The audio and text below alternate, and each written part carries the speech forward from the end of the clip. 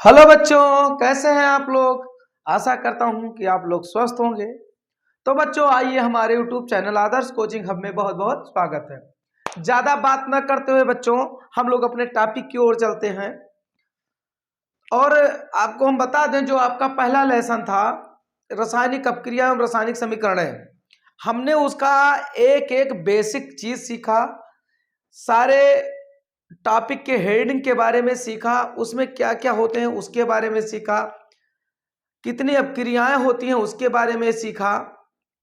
अब बच्चों हम बात करते हैं दूसरा जो हमारा अभ्यास है लेसन 2।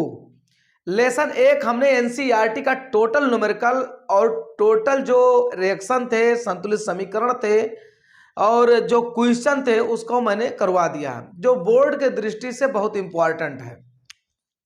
चलिए बच्चों हम लोग अब नए लेसन की ओर बढ़ते हैं। लेसन 2, जो लेसन का नाम है अम्ल क्षार एवं लवण। अम्ल क्षार एवं लवण, एसिड बेसिस एंड साल्ट, ठीक है ना। तो बच्चों हम लोग अगर हम लोग बात करें तो रासायनिक पदार्थ हम ज्ञात है कि प्राकृत के आधार पर इसे हम कई भागों में बांट सकते हैं। जो रासायनिक पदार्थ है बच्चों, जो रासायनिक पदार्थ है इसको प्राकृतिक के आधार पर हम कई भागों में विभाजित कर सकते हैं। जैसे अम्ल हुआ, क्षार हुआ, लवण हुआ, उभयधर्मी हुआ, उदासीन हुआ। तो इसमें मुख्य हमने बच्चों अम्ल क्षार लवण ही लिखा है, उदासीन और उभयधर्मी मैंने नहीं लिखा है। उसको हम बता रहे हैं हमने क्या, जो हम लोग पदार्थ जानते हैं प्राकृत के आधार पर कई भागों में विभाजित किए गए हैं।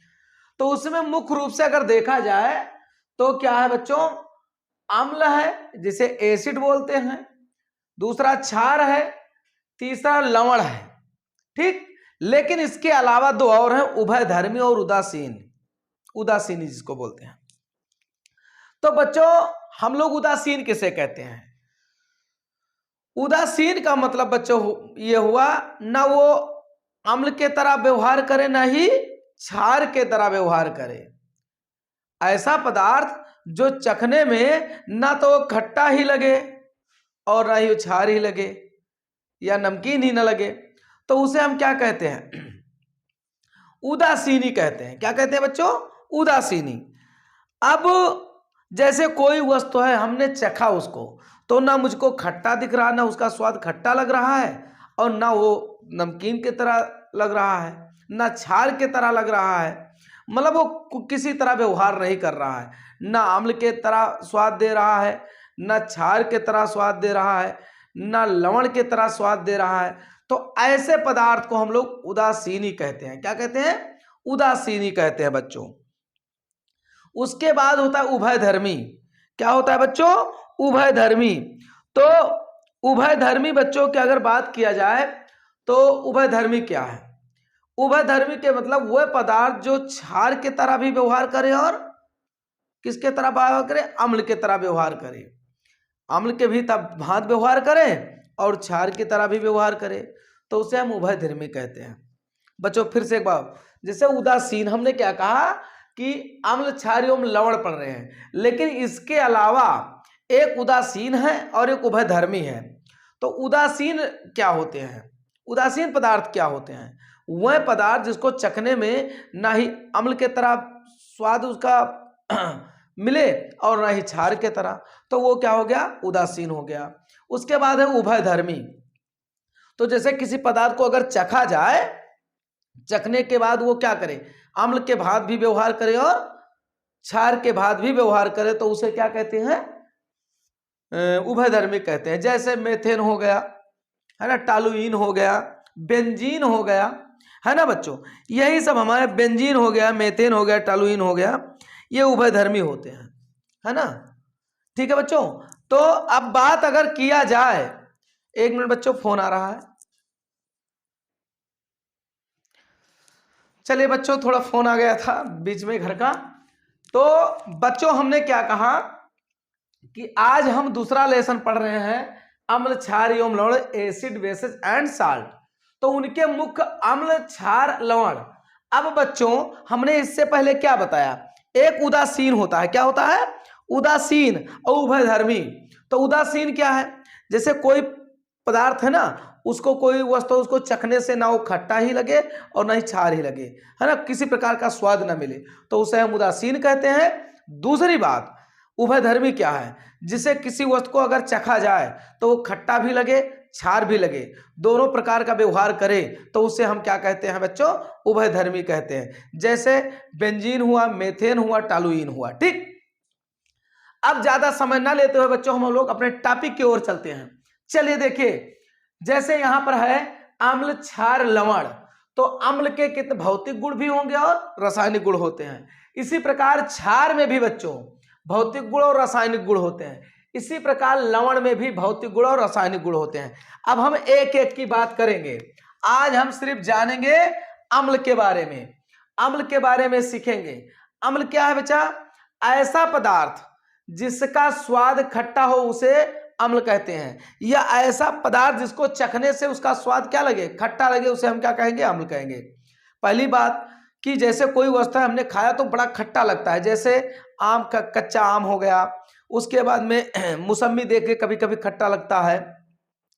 कई खट्टे वस्तु जो चखने में क्या लगते हैं? खट्टे लगते हैं, तो उसे हम क्या कहते हैं? अम्ल कहते हैं। तो उसी का मतलब हुआ ऐसा पदार्थ जिसका स्वाद खट्टा हो उसे अम्ल कहते हैं, या ऐसा पदार्थ जिसे चखने में क्या हो?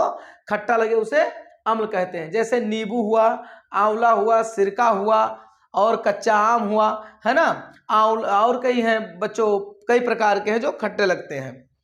ये एक वैज्ञानिक थे जिन्होंने अम्ल के बारे में बताया था बच्चों, जिनका नाम था आरहेनियस। आरहेनियस नाम था। तो आरहेनियस ने कैसे कहा?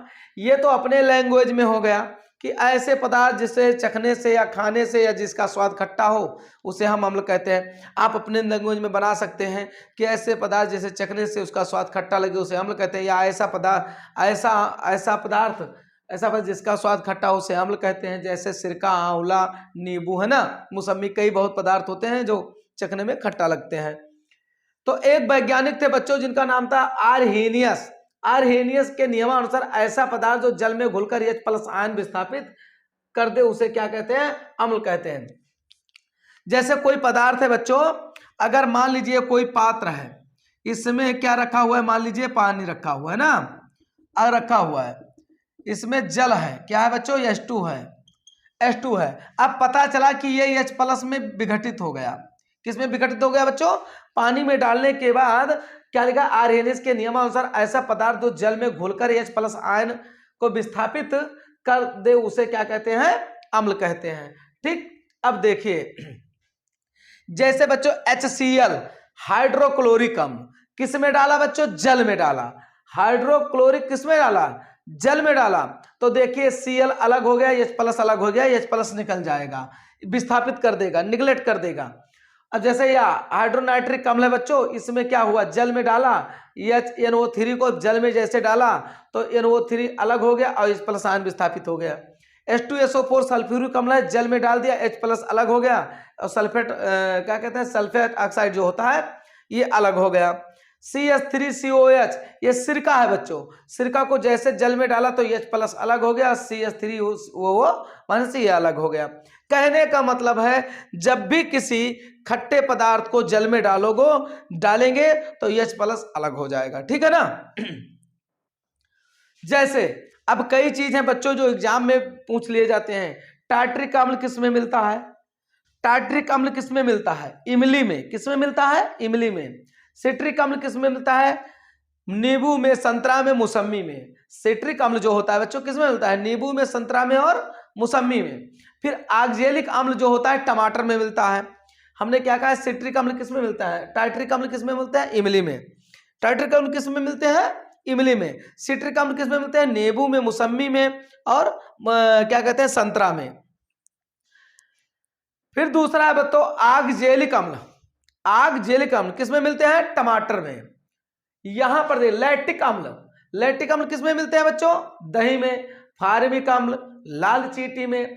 स्कार्बिक अम्ल आंवला में। हाइड्रोक्लोरिक अम्ल अमाशय में। अमाशय समझ रहे हो ना? जहां भोजन का पाचन होता है। कभी कभी जब तबीयत खराब हो जाता है बच्चों, तो आप लोगों को या हर लोगों के साथ ये घटनाएं होती रहती हैं कि जब वो उनका डेकार होता है, लोग गांव में कहते हैं डेकार लेते हैं जब ना, तो वो खट्टा खट्टा की तरह लगता है, कभी धुआं के तरह लगता है, कई प्रकार के डेकार लगते हैं।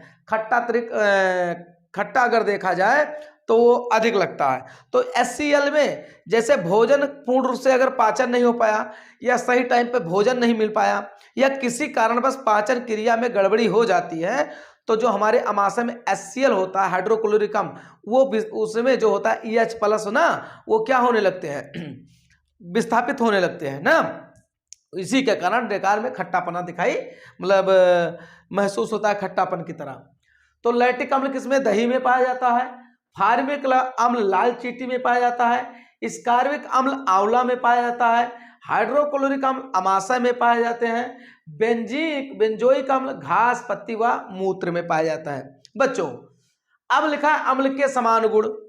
हमने क्या है, समान गुण बोले तो है भौतिक गुण। बच्चों समान गुण का मतलब हुआ भौतिक गुण। तो अम्ल के समान गुण बताइए।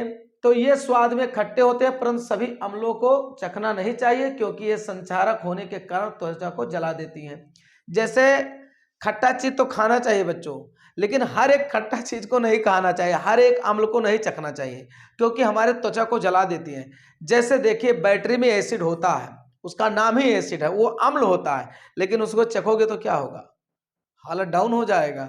शरीर पे कहीं पड़ जाता है, चमड़ा जड़ जाता है, एसिड के किसी ऊपर फेंक दो, वो अम्ल तो है लेकिन बहुत डेंजरस अम्ल होता है, जैसे सोरा हो गया, है ना। तो जितने एसिड, हर एसिड को चखना नहीं चाहिए, क्योंकि बड़ा नुकसानदेह करता है। हर अम्ल को चखना नहीं चाहिए, क्योंकि अम्ल का वही चखना चाहिए जो अपने भोज्य पदार्थ के योग्य हो। उस पदार्थ उसको मत यूज करिए जो आपके भोज्य पदार्थ के योग्य ना हो, भले वो अम्ल ही क्यों ना हो, लेकिन बड़े डेंजरस अम्ल होते हैं। तो वही है बच्चों अम्ल के समान गुण।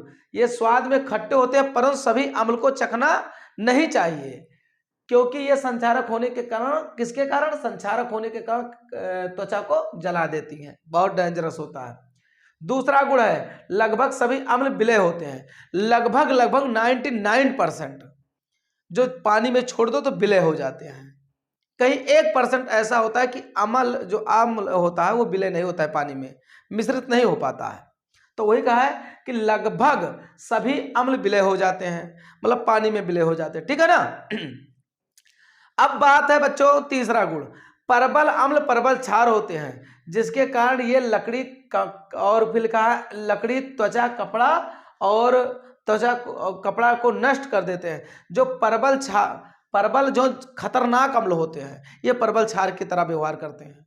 परबल अम्ल का मतलब हुआ बहुत डेंजरस अम्ल। ये परबल क्षार के भी हमने क्या पढ़ा बच्चों, कि ये स्वाद में खट्टे होते हैं, परंतु सभी अम्ल को चखना नहीं चाहिए, क्योंकि संचारक होने के कारण ये त्वचा को क्या कर देती हैं, जला देती हैं। तो दूसरे में क्या लिखा है, लगभग सभी अम्ल विलय होते हैं, मतलब 99% जो अम्ल होते हैं वो पानी में क्या हो जाते हैं, घुलित हो जाते हैं, विलय हो जाते हैं। तीसरा बड़ा मजेदार है, परबल अम्ल परबल क्षार होते हैं। जो खतरनाक यही वाला जो लिखा है ना, संचारक होने के कारण त्वचा को जला देती हैं, तो वही बताया गया कि परबल अम्ल जो होता है, जो खतरनाक अम्ल होता है, डेंजरस अम्ल होता है, बहुत मजबूत अम्ल होता है, परबल उसी अम्ल को बोलते हैं। तो परबल अम्ल परबल क्षार की तरह व्यवहार करता है, और जब परबल अम्ल है तो परबल क्षार की तरह जब व्यवहार करेगा ना, तो जिसके कारण चाहे वो लकड़ी हो, चाहे त्वचा हो, चाहे कपड़ा हो, जला देता है। कभी आपने देखा होगा बैटरी अगर आप पास में लेकर जाओ और जो उसका एसिड है कपड़े पर पड़ जाता है तो कपड़े को जला देता है ना, वही है परबल अम्ल। फिर लिखा है बच्चों, जब अम्ल को नीले लिटमस पेपर पर डाला जाता है तो लिटमस पेपर लाल हो जाता है तथा मेथिल ऑरेंज को गुलाबी कर देता है। देखो जैसे अम्ल है, ये हम करके दिखाएंगे बच्चों आप लोगों को। जब अम्ल को नीले लिटमस पेपर में डाल जाता है, नीले लिटमस पेपर को डाला जाता है, जैसे खट्टा चीज में क्या करें, खट्टे चीज में हम नीले लिटमस पेपर को क्या कर दें, डाल दें, तो वो क्या हो जाएगा, लाल हो जाता है, तथा मेथिल ऑरेंज गुलाबी कर देता है। और अगर मेथिल है तो वो गुलाबी कलर हो जाए, ठीक है ना। तो अगर नीला लिटमस पेपर है और ऊपर कोनो ऐसे पानी के बूंद के तरह चुआ दियो तो अगर लाल होएगा, तो ये समझ लियो बच्चा कि वो का है, अमल है। जैसे वो का चखौना, आप आपका चखौना वो नीले लिटमस पेपर पर ऐसे डाल दियो। अब अगर डाल दियो और नीला पेपर लाल होएगा तो ये समझ लियो बच्चे कि वो का है, अम्ल है। ये विद्युत के कुचालक होते हैं। विद्युत के कुचालक मतलब इसमें विद्युत नहीं जा सकते हैं। जो प्रबल अम्ल होते हैं उसमें करंट प्रवाहित नहीं होते हैं, कुचालक होते हैं, सुचालक नहीं होते हैं, कुचालक होते हैं। ये धातुओं के साथ अपक्रिया करके गैस बनाकर बाहर निकल जाते हैं। और अगर धातु में डाल देवो, जैसे लोहा वहां डाल दो, जैसे नाइट्रिक अम्ल है और नाइट्रिक अम्ल में लोहा वहां डाल दो तो लोहा गल जाए, गैस बनकर वो निकले लगे धुआं के तरह। धुआं ब्राउन कलर के जलक शुरू हो जाएगी और भूरे कलर का ब्राउन जिसे कहते हैं, ऐसे जलकर धुआं निकलना शुरू कर देगा, ऑक्सीजन क्या कहते हैं गैस निकलना शुरू कर देगा। नाइट्रिक अम्ल कभी ले जाइए किसी ताले वाले में या कोई लोहा में छोड़ दो तो वो एकदम ब्राउन कलर का गैस निकलना शुरू हो जाएगा। उसी को कहा गया है ये धातुओं के साथ अपक्रिया करके गैस बनकर निकल जाते हैं। किसी धातु पर अगर अम्ल को डाल दिया जाए, जो डेंजरस अम्ल होते हैं, तो एक गैस बनकर निकलना शुरू कर देते हैं। ठीक, तो फिर से बच्चों एक बात बताएं हम आप लोगों को, हम लोगों का पहला लेसन रासायनिक अपक्रियाओं उनके समीकरण खत्म, उसमें हमने बहुत बेसिक सीखा।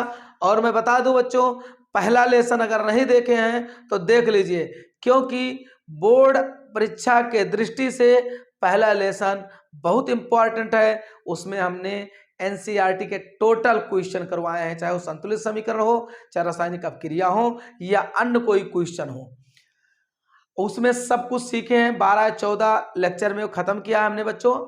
कोई 25, कोई 30 मिनट का, कोई 33 मिनट का, कोई 20 मिनट का, कोई 15 मिनट का, कोई 12 मिनट का, कोई 19 मिनट का है। ज्यादा बड़ा वीडियो हम नहीं बनाते कि आप लोग ऊबे ना। चलिए बच्चों, उसके बाद हमारा दूसरा लेसन जो है अम्ल, क्षार एवं लवण, हमने इसमें बताया प्राकृतिक के आधार पर इसे कई भागों में विभाजित किया गया है, जिससे अम्ल हो गया, क्षार हो गया, लवण हो गया, उदासीन हो गया, उभयधर्मी हो गया। लेकिन यहाँ आपको उदासीन और उभयधर्मी नहीं दिख रहा है।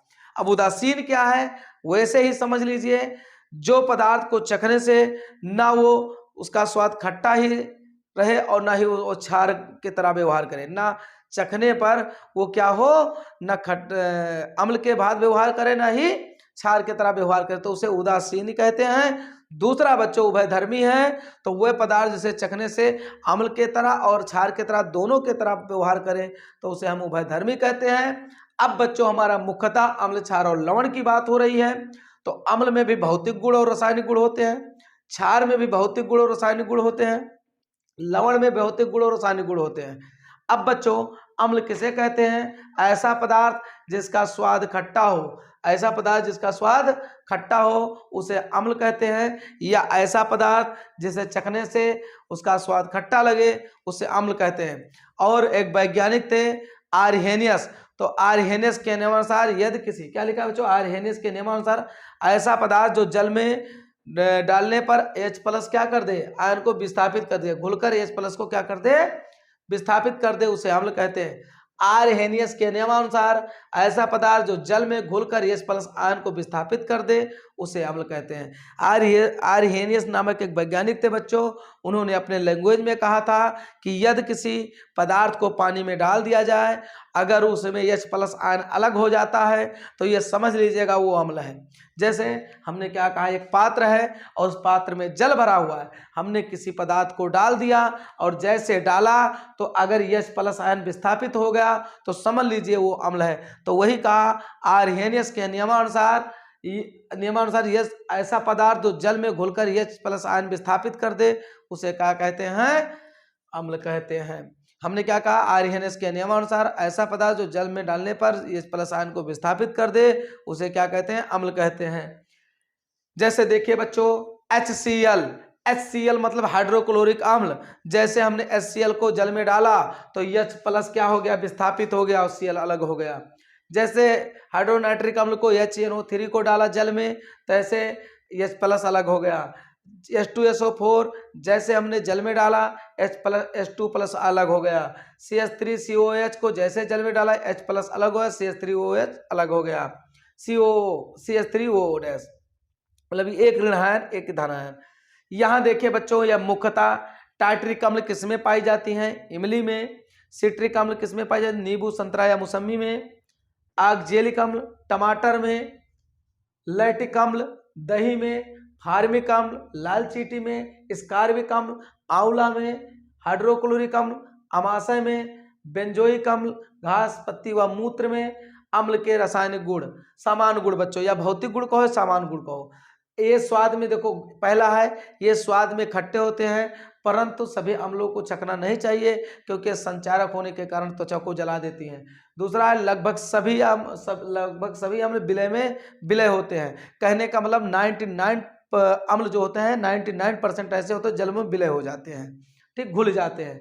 फिर लिखा बच्चों परवल अम्ल परवल क्षार की तरह व्यवहार करता है, जिसके कारण लकड़ी, त्वचा या कपड़े को क्या कर देती है, नष्ट कर देती है। जब अम्ल को नीले लिटमस पेपर डाला जाता है तो लिटमस पेपर लाल हो जाता है, मेथिल आयन गुलाबी कर देता है। कहने का मतलब अगर हम किसी ऐसे द्रव को डाल दें तो जो नीला पेपर है वो लाल हो जाए तो समझ लीजिए वो अम्ल है। यह विद्युत में कुचालक होता है, अर्थात इसमें विद्युत धारा प्रवाहित नहीं हो पाती है, उसका कुचालक हो जाता है। फिर ये धातुओं के साथ अपक्रिया कर गैस बनकर उड़ने लगते हैं। कहने का मतलब जब अम्ल को किसी धातु पे डाला जाता है तो अपक्रिया कर गैस बनकर उड़ना शुरू कर देती हैं।